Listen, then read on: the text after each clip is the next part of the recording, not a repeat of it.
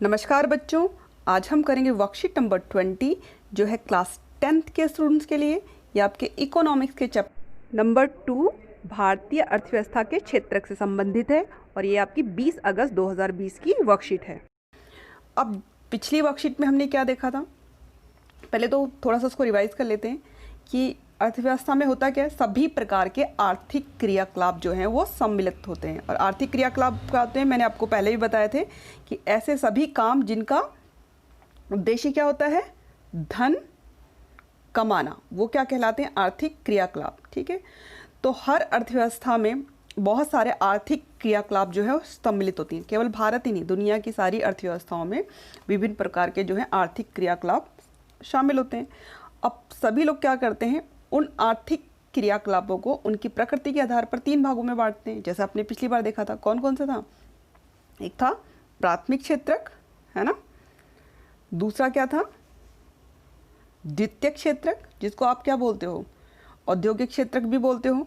ठीक है, और जो प्राथमिक वाला है इसको कृषि क्षेत्रक भी बोलते हैं और सहायक क्षेत्रक भी कहते हैं। द्वितीयक के बाद क्या था, तृतीयक भी था। द्वितीयक हमारा क्या था, इसमें उद्योग धंधे आते हैं। और तृतीयक कौन सा था, सेवा क्षेत्र, है ना। ये आपको अच्छे से याद होने चाहिए और ये समझ में आना चाहिए कि तीनों क्षेत्रों में अलग अलग तरह की गतिविधियों को शामिल करते हैं। प्राथमिक में कौन सी होती है, जो कृषि से जुड़ी हुई होती हैं, जिनका सीधा प्रकृति से संबंध होता है ना, जिसमें मत्स्य पालन, पशुपालन, कृषि, वन उत्पाद, खनिज इत्यादि शामिल थे। और जो दूसरा वाला क्षेत्र था द्वितीयक, उसमें क्या था हमारा, उसमें सभी प्रकार के उद्योग धंधे शामिल थे जिनका काम क्या था, प्रोडक्शन करना, चीज़ों को उत्पादित करना। और वो उत्पादित कौन सी चीज़ों को करती थी, वो क्या करती थी, रॉ मटेरियल कहाँ से लेती है, वो प्राथमिक क्षेत्र से कच्चा माल लेती है और उसको तैयार माल में बदल करके बाजार में उसको बिकने के लिए उपलब्ध करवाती है ना। जैसे मैंने बताया था कि जो प्राथमिक क्षेत्रक है वो आपको अगर गेहूं दे रहा है तो द्वितीय क्षेत्रक उसको बिस्किट में बदल रहा है। अगर प्राथमिक क्षेत्रक आपको कपास दे रहा है तो द्वितीय क्षेत्रक उसको किस में बदल रहा है, कपड़े में बदल रहा है ना। प्राथमिक क्षेत्रक अगर आपको लकड़ी दे रहा है तो द्वितीय क्षेत्रक उसको क्या कर रहा है, फर्नीचर में बदल रहा है ना। इस प्रकार द्वितीय क्षेत्र क्या करता है, प्राथमिक क्षेत्र की जो चीज़ें होती हैं उनको उपयोगी वस्तुओं में बदलता है और उनको बाजार में उपभोग के लिए उपलब्ध करवाता है। और तृतीय क्षेत्र में क्या बताया गया था, तृतीय क्षेत्र सेवा क्षेत्र है, जिसका काम इन दोनों के विकास के लिए कार्य करना है ना, इनके कार्यों में सहायता करना है। क्योंकि प्राथमिक क्षेत्र से द्वितीय क्षेत्र में अगर सामान जाएगा, है ना, कच्चा माल वहाँ तक जाएगा तो उसके लिए क्या चाहिए होगा, ट्रांसपोर्ट चाहिए होगा। इनमें लेन देन के लिए बैंकिंग सेवाएं चाहिए होंगी और वहाँ के लोगों के हेल्थ अच्छी रहे, कामगार अच्छे रहे, उसके लिए हॉस्पिटल्स चाहिए होंगे। अगर तुम्हें द्वितीय क्षेत्र में उद्योग धंधे चलाने हैं तो आपको क्या करना पड़ेगा, उसके लिए शिक्षित लोग चाहिए होंगे, है ना। शिक्षित भी चाहिए होते हैं, कुछ कम प्रशिक्षित भी चल जाते हैं, लेकिन शिक्षा तो चाहिए। तो उसके लिए विद्यालय चाहिए और विद्यालय, हॉस्पिटल, पुलिस इत्यादि ये जितनी भी सेवाएं हैं वो सब किस में आती हैं, सेवा क्षेत्रक में, जो कि अन्य जो 2 क्षेत्रक हैं उनके विकास में सहायता करती हैं। बेटा वर्कशीट 19 में हमने देखा कि देश में आधे से अधिक जो श्रमिक हैं वो प्राथमिक क्षेत्र में काम करते हैं, है ना, यानी कृषि इत्यादि कार्यों में या कृषि से जुड़े हुए कार्यों में लगे हुए, आधे से ज़्यादा जनसंख्या। लेकिन जो सकल घरेलू उत्पाद है ना, यानी जो प्रोडक्शन है, उसमें उनका योगदान बहुत कम है। आप कितना है, सिर्फ 15%। ठीक है, जबकि जो द्वितीयक और तृतीयक क्षेत्र हैं उनका सकल घरेलू उत्पाद में योगदान जो है कितना है, लगभग 85%। ठीक है, अब 85% योगदान किसका है, उनका, जहाँ पर कितनी जनसंख्या लगी हुई है, आधी जनसंख्या। आधी जनसंख्या जो है 85% योगदान दे रही है और आधी जो जनसंख्या वो कितना दे रही है, 15%। इसका मतलब ये हुआ जो कृषि में लगे हुए लोग हैं, यानी प्राथमिक क्षेत्र में लगे हुए लोग हैं, उनमें मतलब बेरोजगारी की जो है स्थिति बहुत गंभीर है। यहाँ बहुत सारे जो लोग हैं वहाँ पर क्या है, बेरोजगार हैं। ठीक है, वो लगते हैं कि वो काम में लगे हुए हैं लेकिन वास्तव में वो क्या है, बेरोजगार हैं। आप खुद ही सोचो, आधे लोग 85 रुपये कमा रहे हैं अर्थव्यवस्था के लिए और आधे लोग जो हैं सिर्फ 15 रुपये कमा रहे हैं। इसका मतलब वो अपनी क्षमता से बहुत कम काम कर रहे हैं। तो इसका मतलब जो है कृषि में जो है अल्प बेरोजगारी की गंभीर स्थिति है। और कुछ लोग तो ऐसे हैं जिन्हें बिल्कुल भी रोजगार नहीं मिला, मतलब उनको बिल्कुल ही काम नहीं मिला, है ना, बिल्कुल बेकार है। ऐसी स्थिति को देखते हुए हमें देश में अधिक से अधिक जो है रोजगार के जो अवसर हैं वो पैदा करनी चाहिए। सृजित करना मतलब रोजगार के अवसर पैदा करने की ज़रूरत है। तो इसके लिए बहुत सारे तरीके हैं जो हम जानेंगे। अब अतिरिक्त रोजगार का सृजन कैसे हो, इसके दो तरीके हैं, छोटी अवधि के लिए और दूसरा है दीर्घकालीन उपाय। छोटी अवधि में सबसे पहले हम जानेंगे महात्मा गांधी राष्ट्रीय रोजगार योजना 2005। तो इसके बारे में थोड़ा जान लेते हैं कि वर्ष 2005 में केंद्र सरकार ने 200 जिलों में काम का अधिकार लागू करने के लिए एक नियम बनाया, एक कानून बनाया, जिसे नरेगा के नाम से जाना जाता था। बाद में इसका नाम जो है बदल के महात्मा गांधी राष्ट्रीय ग्रामीण रोजगार गारंटी अधिनियम यानी कि मनरेगा कर दिया गया। ठीक है, तो इसका जो उद्देश्य था वो क्या था, लोगों को स्थानीय स्तर पर ही रोजगार उपलब्ध हो, यानी इनको अपने गांव के आसपास या गांव में ही जो है रोजगार के अवसर उपलब्ध हों। तो अब हम जानेंगे इसकी विशेषताएं। तो इसमें सबसे पहले क्या है, ये योजना कब लागू की गई थी, 2005 में। ठीक है, वो इसमें ऊपर भी दर्शाया गया है। और इसमें मेन बिंदु क्या है, इस योजना के अंतर्गत 100 दिनों के रोजगार की गारंटी दी जाती है, यानी जिसके घर में भी कोई काम करने योग्य सदस्य है ना, उसमें काम करने की क्षमता है और वो काम करने का इच्छुक है, तो उसको 100 दिन का रोजगार जो है वो गवर्नमेंट प्रदान करेगी ही करेगी। ठीक है, और अगर उसने मान लो रोजगार के लिए आवेदन किया कि मुझे काम करना है और 15 दिन तक जो है सरकार जो है उसको काम देने नहीं दे पाती, तो उसमें एक और प्रावधान है जो बहुत अच्छा है कि रोजगार ना मिलने पर बेरोजगारी भत्ता दिया जाता है, यानी वो घर बैठे बैठे भी उसको पैसे दिए जाएंगे। ठीक है, जिसको हम बोलते हैं बेरोजगारी भत्ता। अब इसमें एक और पॉइंट है कि इसमें जो काम करने के लिए लोगों को दूर नहीं जाना पड़ेगा, है ना, उनको जो काम मिलेगा वो कहाँ मिलेगा, अपने गांव में मिलेगा या आसपास के क्षेत्र में ही उनका जो है कार्यस्थल होना चाहिए, ये इसकी शर्त है। वरना लोगों के तो आने जाने में समय जो है वो नष्ट हो जाएगा। और गांव के लोग जो होते हैं ज़्यादातर वो खाली इसी पर निर्भर नहीं रहते, क्योंकि तो सिर्फ 100 दिन का काम है। इसके अतिरिक्त भी तो उनके अपने खेती बाड़ी से जुड़े हुए काम होते हैं या पशुपालन से जुड़े हुए काम होते हैं जिनको वो करते हैं। तो इसलिए ज़रूरी है कि ये अपने गाँव में हो या आसपास के क्षेत्र में ही उनका कार्यस्थल हो। ठीक है, और एक चीज़ और है इसमें कि इसमें 1/3 रोजगार महिलाओं के लिए ही सुरक्षित है। अब 1/3 कितना होता है, अगर ये पूरा है, ठीक है, तो इसके 3 हिस्से कर दिए जाएं तो इतना हिस्सा जो है वो किसके लिए, महिलाओं के लिए। मान लो अगर 90 नौकरियां हैं, ठीक है, तो इसको 3 बराबर हिस्सों में बांटो, ये हो गया। तो यानी 30 नौकरियों पे महिलाएं ही रहेंगी, 30 तो मिलेंगी, 30 महिलाओं को काम मिलेगा ही मिलेगा। उससे ज़्यादा भी मिल सकता है लेकिन उससे कम को नहीं दे सकते, ये इनके लिए रिजर्व है।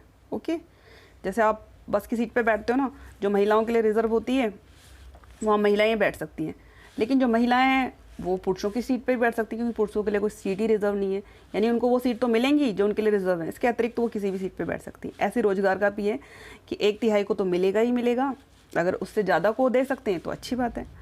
ठीक है, तो आपने ये देख लिया, इस पे प्रश्न आते हैं, इसको अच्छे से याद कर लेना। उसके बाद आते हैं, ये तो था छोटी अवधि के लिए, क्योंकि इसमें ज़्यादा टाइम पीरियड के लिए काम नहीं दिया जा सकता है ना, 100 दिन का काम होता है। लेकिन हमें कुछ ऐसे उपाय करना है कि लोगों को हमेशा के लिए उनके पास रोजगार जो है बना रहे।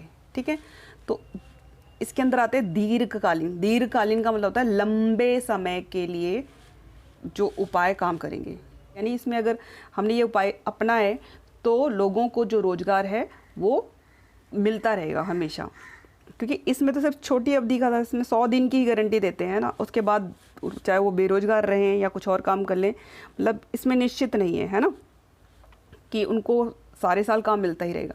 लेकिन ये वाले जो उपाय हैं इसमें ये निश्चित किया जाता है कि उनको जो है रोजगार के अवसर जो है लगातार उपलब्ध रहें। तो इसमें पहला बिंदु क्या है, कृषि सुविधाओं में सुधार। कृषि सुविधाओं में सुधार बहुत ज़रूरी है, क्योंकि हमारी अभी देखा ही था आधी ज़्यादा आबादी जो है कृषि कार्यों में लगी गई है, और कृषि भी हमारे यहाँ इस तरह की कृषि है जिसमें जो है लोगों किसानों के खेती के लिए सिंचाई की सही सुविधाएं उपलब्ध नहीं हैं। वो ज़्यादातर वर्षा पर निर्भर करते हैं, अगर वर्षा अच्छी नहीं हुई तो क्या होगा, उनके जो खेत सूखा पड़ जाता है, उनकी फसल ख़राब हो जाती है, और अगर ज़्यादा हो गई तब भी उनको परेशानी है, तब भी फसल बर्बाद हो जाती है। तो अगर गांव में जो है एक तो नहरें खुदवा दी जाएं, नहर खुदवाने से क्या होगा, उनको सिंचाई के लिए हमेशा जो है पानी मिलता रहेगा। कुएं खुदवा दो, ट्यूबवेल खुदवा दो। इसके अतिरिक्त जो बांध बनवा दिए जाएं, बांध बनाने से क्या होता है कि जो बाढ़ का खतरा होता है वो कम हो जाता है, और जब सूखा पड़ता है तो बांध में से पानी छोड़ करके इन इलाकों पर पहुंचाया जा सकता है जहाँ पे किसान लोग जो हैं खेतों में काम करते हैं, तो इससे उनकी जो खेती की जो उत्पादकता है वो बढ़ेगी और उनकी जो इनकम है उसमें भी सुधार होगा। इस तरह से उनको रोज़गार के जो अवसर हैं वो उपलब्ध होते रहेंगे। ठीक है। अब इसके अलावा जो है ग्रामीण क्षेत्रों में जो है सड़कों का भी निर्माण करना चाहिए। सड़कों का निर्माण करने से क्या होगा कि जो किसान है वो अपनी जो भी उनके उत्पाद हैं उनको सीधा बाज़ार में ले जाकर बेच सकेंगे, जिससे उनको अधिक आय होगी। बेटा ये जितने भी काम हैं उन सब कामों से, अब नहर खुदवाएंगे, बांध बनवाएंगे, सड़कें बनवाएंगे, इनसे भी लोगों को रोज़गार मिलेगा और इनकी वजह से उनको जो सुविधाएं उनको मिल गई हैं इसकी वजह से उनके जो काम है उसमें बढ़ोतरी होगी। तो इससे नए नए लोगों को रोज़गार मिलेगा। जैसे अगर सड़कों का निर्माण होगा तो क्या होगा, ट्रांसपोर्ट का, यातायात के साधनों को चलाने के लिए भी तो लोग चाहिए होंगे, है ना। तो बहुत सारी जो उनके रोज़गार के अवसर हैं वो उपलब्ध होंगे। अब आते हैं अगले उस पर, सस्ती दर पर कृषि ऋण। ये बहुत ज़रूरी है। आपको पता है ना, गांव में क्या होता है, जो किसान लोग होते हैं वो साहूकारों से लोन लेते हैं कि उनसे आसानी से मिल जाता है लोन, है ना। लेकिन उनके ब्याज की दर जो होती है बहुत ऊंची होती है और कई बार अगर उनकी फसल अच्छी नहीं हुई किसान की तो वो ऋण नहीं चुका पाता और वो फिर ब्याज के जाल में फंस जाता है ना। वो फिर उसी ऋण को चुकाने के लिए दोबारा से ऋण लेता है और इस तरह से उस चक्रव्यूह में फंसने के बाद उससे बाहर नहीं निकल पाता। और इससे क्या होता है, उसके जो खेती का काम है वो भी प्रभावित होता है, क्योंकि जो पैसा उसने खेती में लगाना था वो तो उसका सारा लोन चुकाने में चला गया। तो उसकी उत्पादकता घटती है, एक तरह से के जो रोज़गार के अवसर हैं वो कम हो जाते हैं। कैसे कम हो जाते हैं, जब इनकम ही नहीं होगी तो वहाँ पे जो लगे हुए लोग हैं वो तो बेकार हो गए। तो इसीलिए ये ज़रूरी है कि सरकार जो है सस्ती दर पर इनको कृषि ऋण उपलब्ध करवाएं, जिससे अपने लिए अच्छी खाद, बीज, औजार, मशीनें इत्यादि खरीद सकें। अगर उनकी उत्पादकता में वृद्धि होगी तो उस वृद्धि को कुछ तो अपने उपयोग के लिए रखेंगे, बाकी वो बाज़ार में बेचने के लिए लेके जाएंगे, है ना। बाज़ार में बेचने के लिए लेके जाएंगे तो इसमें भी उनको क्या होगा, जो लेके जाएगा, जो बेचेगा, सबको क्या मिलेगा, काम मिलेगा और क्या बढ़ेगी, उनकी आमदनी बढ़ेगी। अब अगले पे आते हैं,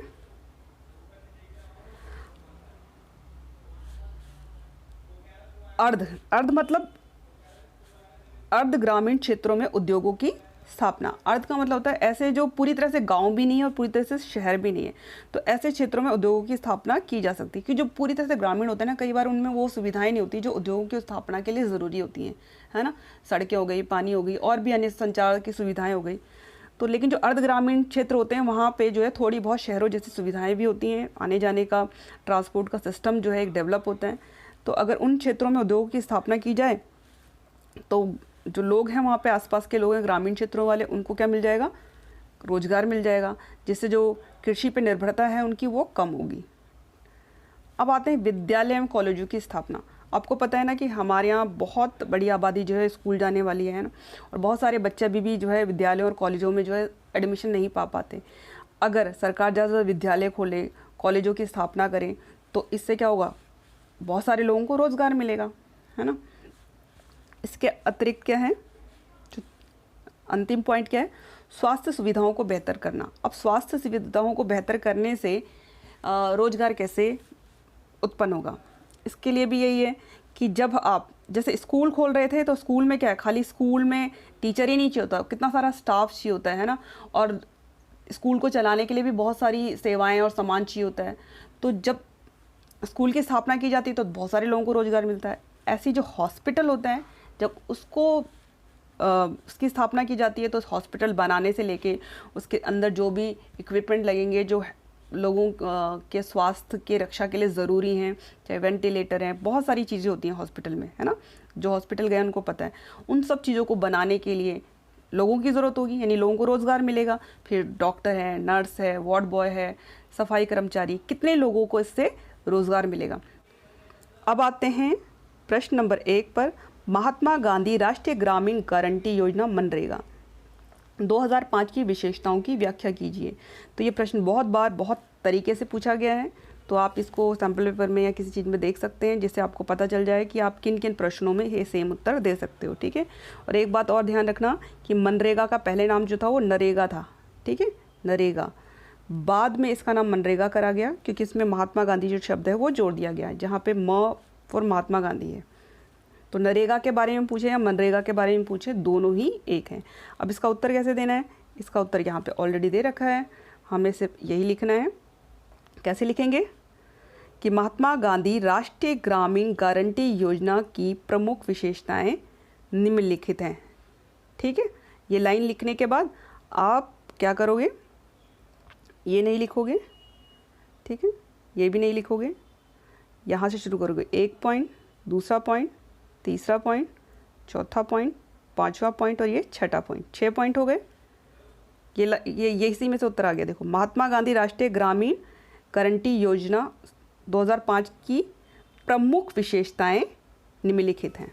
बस इतना लिखने के बाद ये 6 पॉइंट आप लिख दीजिए, आपका उत्तर नंबर 1 हो जाएगा। अब आते हैं अगले प्रश्न पर। प्रश्न नंबर 2, अतिरिक्त रोजगार सृजन के दीर्घकालीन उपायों की व्याख्या कीजिए। अब ये जो व्याख्या शब्द है, देखो यहाँ पे जो है, यहाँ तो चलो थोड़ा डिटेल दे रखी थी तो हमने इनको ऐसे ही लिख दिया, लेकिन यहाँ पर आप देखोगे यहाँ पे ना पूरे जो है उनमें सिर्फ कीवर्ड्स दे रखे हैं, हमको पूरी डिटेल नहीं दे रखी। तो इसको कैसे लिखना है इसको मैं बताती हूँ, क्योंकि व्याख्या है इसका मतलब ये थोड़ा हमें इसके बारे में थोड़ा डिटेल में लिखना पड़ेगा। इसमें उत्तर है, देखो पहला तो देखो जैसा प्रश्न होता है उस हिसाब से हम उसका लाइन बना लेते हैं ऊपर कि अतिरिक्त रोजगार सृजन के लिए दीर्घकालीन उपायों की व्याख्या निम्नलिखित है ना। ये प्रश्न में से लाइन है, जैसे उन्होंने पूछा वैसे हमने ऊपर लाइन लिख दी। तो अब इसको पॉइंट वाइज लिखा। पहले कृषि सुविधा में सुधार है ना, वो वहाँ पे बिंदु दिया गया था हमको, हम उसके बारे में थोड़ा सा डिटेल लिखेंगे कि उसके अंतर्गत क्या क्या हम कर सकते हैं। तो सिंचाई सुविधाओं में सुधार किया जाना चाहिए। उदाहरण के लिए कुओं, बांधों का निर्माण तथा नहरों की खुदाई की जानी चाहिए। इससे कृषि क्षेत्र में आय में पर्याप्त वृद्धि होगी। और ग्रामीण सड़कों का भी निर्माण किया जाना चाहिए, जिससे किसान अपने उत्पादों को बाजार तक आसानी से ले जा सकें। तो इससे न केवल उनको दीर्घकालीन फायदा होगा, बल्कि उस समय भी लोगों को इन सब चीज़ों को बनाने के लिए क्या प्राप्त होंगे, उनको रोजगार। अब आते हैं अगले बिंदु पर, सस्ती दर पर कृषि ऋण है ना। ये बिंदु 2 था हमारा, इसको थोड़ा डिटेल में लिखेंगे कि किसानों को सस्ती दर पर कृषि ऋण उपलब्ध कराए जाने चाहिए, ताकि वे कृषि के लिए उन्नत बीज, खाद, मशीनें, औजार इत्यादि खरीद सकें, है ना। और इसके अतिरिक्त जो साहूकार के ऋण जाल से भी वो बच सकें। ये भी बिंदु आप इसमें ऐड कर सकते हो। अब आते हैं तीसरे नंबर पे, अर्ध ग्रामीण क्षेत्रों में उद्योगों की स्थापना की जानी चाहिए। मैंने बताया था अर्ध ग्रामीण क्षेत्र कौन से होते हैं, जो मतलब ना तो पूरी तरह से गांव है ना पूरी तरह से शहर है, मतलब गांव से थोड़ा सा उनमें सुविधाएं ज़्यादा हैं, है ना। तो उनको बोलते हैं अर्ध ग्रामीण क्षेत्र। और वहाँ पे क्या करना चाहिए, ज़्यादातर कृषि आधारित लघु और कुटीर उद्योगों को प्रोत्साहित किया जाना चाहिए, है ना। जैसे मान लो वहाँ पे चिप्स बनाने की फैक्ट्री लगा दी, तो वहाँ पे वो किस पे आधारित है, चिप्स किससे बनते हैं, आलू से बनते हैं। तो किसानों को जो आलू है वो जो है चिप्स बनाने में इस्तेमाल हो जाएगा, किसानों को भी इनकम होगी, और जो फैक्ट्री में काम करेंगे उन लोगों को भी आय मिलेगी। और ये एक दिन का काम तो नहीं है, इस सालों साल चलने वाला काम है। तो ये एक दीर्घकालीन उपाय है रोजगार सृजन का, है ना। इसके अतिरिक्त और भी जो है केचप बनाने वाली फैक्ट्री हो सकती है ना, टमाटो केचप बनाने वाली फैक्ट्री भी एक बार लगा दी तो किसान की भी इनकम हो जाएगी कि उसको सीधा फैक्ट्री में अपना माल बेच दिया, ज़्यादा माल हो गया। तो देखो लोगों की ज़रूरतें सीमित होती है, एक सीमित मात्रा में कोई अपने घर के लिए जो है वो खरीदता है टमाटर। उसके बाद क्या होता है, लंबे समय तक आप उसको स्टोर नहीं कर सकते, वो ख़राब हो जाते हैं। लेकिन अगर आप उसका केचप बनाते हो तो वो बहुत लंबे समय तक चल सकता है। तो इससे जो है किसान जो है अपने जो अतिरिक्त जो भी उनका वो है प्रोडक्शन, उसको यहाँ पर बेच सकते हैं, उनको भी लाभ, और जो उन फैक्ट्रियों में काम कर रहे हैं उनको भी रोजगार मिल गया, है ना। अब चौथा उपाय, विद्यालय एवं कॉलेज की स्थापना कर रोजगार के अवसर पैदा किए जा सकते हैं। ये मैंने बताया था कि अगर हमने विद्यालय और कॉलेजों की स्थापना की तो विद्यालयों के लिए भी बहुत सारा स्टाफ चाहिए होता है ना। एक तो बच्चे भी पढ़ लेंगे, दूसरा क्या होगा, विद्यालयों और कॉलेजों में बहुत सारे जो लोग हैं उनको रोजगार प्राप्त होगा। पांचवा है स्वास्थ्य सेवाओं को बेहतर करना। इसके अंतर्गत सरकार भी हॉस्पिटल खोलती है और गैर सरकारी संस्थाएं भी खोलती हैं। अगर स्थापना करते हैं तो इससे स्वास्थ्य संबंधी समस्याओं को हल किया जा सकता है, मतलब हम लोगों की स्वास्थ्य संबंधी समस्याओं को भी हल करेंगे, बल्कि बड़ी मात्रा में रोजगार का सृजन भी किया जा सकता है ना। क्योंकि इतना बड़ा हॉस्पिटल चलाने के लिए बहुत सारे स्टाफ की ज़रूरत होती है, तो लोगों को क्या मिलता है, रोजगार। तो आप इन सारे बिंदुओं को लिख सकते हैं। अब है प्रश्न नंबर 3, हमें अधिक से अधिक रोजगार सृजन की आवश्यकता क्यों है। तो आप इसका उत्तर यही वर्कशीट में से दे सकते हैं। यहाँ पर कृषि क्षेत्र में अल्प बेरोजगारी की गंभीर स्थिति बनी हुई है। कुछ लोग ऐसे हैं जिन्हें बिल्कुल रोजगार नहीं मिला है। ऐसी स्थिति को देखते हुए हमें देश में अधिक से अधिक रोजगार सृजित करने की आवश्यकता है। तो आप यहाँ से उत्तर नंबर 3 लिख सकते हैं, यहाँ से लेके यहाँ तक। पर आप चाहो तो इसमें थोड़ा सा और इसको थोड़ा पढ़ो इधर उधर से और एक आधा लाइन और ऐड कर सकते हो, ठीक है। अब ये आपका काम है। अब चलते हैं प्रश्न नंबर 4 पर। रोजगार सृजन के कुछ अन्य तरीकों को सुझाइए। तो आप इसका उत्तर इस तरह से दे सकते हैं। इसका उत्तर है, किसी देश के आर्थिक विकास के लिए एक मजबूत बुनियादी संरचनाओं का आधार होना चाहिए, है ना। बुनियादी बेसिक स्ट्रक्चर होता है जिसके आधार पर आप उत्पादन के कार्य करते हो। तो इसके अंतर्गत क्या क्या आता है, परिवहन आता है ना, ट्रांसपोर्ट चाहिए। अगर कुछ भी आपको प्रोडक्शन करना है तो वहाँ तक आने जाने के लिए साधन तो चाहिए। संचार के साधन हो गए जिनके द्वारा आप दूसरों से संपर्क साधते हो, चाहे वो इंटरनेट है चाहे टेलीफोन है, ठीक है। विद्युत संयंत्र हो गए, है ना, इलेक्ट्रिसिटी सबको चाहिए, उसके बिना तो आप जीवन की कल्पना ही नहीं कर सकते, है ना। इसके अलावा क्या है, बांध, पुल, भवन, शैक्षिक संस्थाएं, हॉस्पिटल इत्यादि ये जो आते हैं। और जब अर्थव्यवस्था का विकास होता है तो रोजगार के अवसर भी पैदा होते हैं, ठीक है। अगर हमने इन बुनियादी संरचनाओं को जो है विकसित किया अपना, है ना, इन सब पर काम किया, इनका विकास किया, तो रोजगार के अवसर भी पैदा होंगे और इससे हमारी अर्थव्यवस्था का भी विकास होगा। तो आप ये वाला बिंदु लिख सकते हैं। प्रश्न दूसरा पॉइंट, हमारी शैक्षिक प्रणाली में रोजगार पैदा करने वाली होनी चाहिए। अभी जो हमारी जो देखो शैक्षिक प्रणाली है वो दोषपूर्ण है, ये सबको पता है। यहाँ पे से पढ़े लिखे क्लर्क निकलते हैं और क्लर्कों की नौकरियाँ इतनी नहीं है।